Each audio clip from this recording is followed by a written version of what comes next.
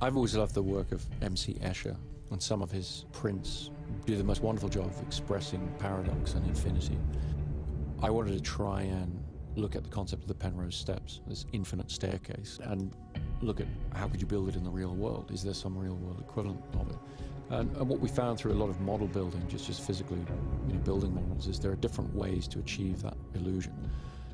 They're all cheats, obviously. This isn't something that can exist in the real world. So, I devised a sequence whereby you would present it from one angle, the angle of optical illusion, where it works.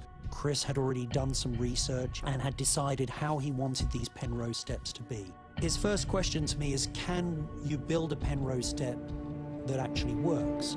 And I said, well, of course you can, but actually it's almost impossible. We'd fitted the set into a location which was sort of a disused games company facility that was sort of constructed of steel and glass, one of those typical modern, beautiful buildings. And we'd designed this staircase in the same wood as the stairs that they had at this facility. So it almost looked like it was part of the environment. These steps have to be built in such a way that when you view them from the one angle, the topmost level of the staircase lines up with the bottommost level of the staircase.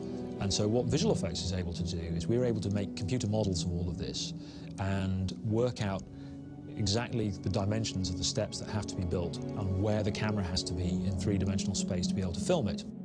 It had to be done mathematically perfect. And in that, it had to be a particular lens at a particular height and distance, and the camera had to drop in a particular way to hide the trickery.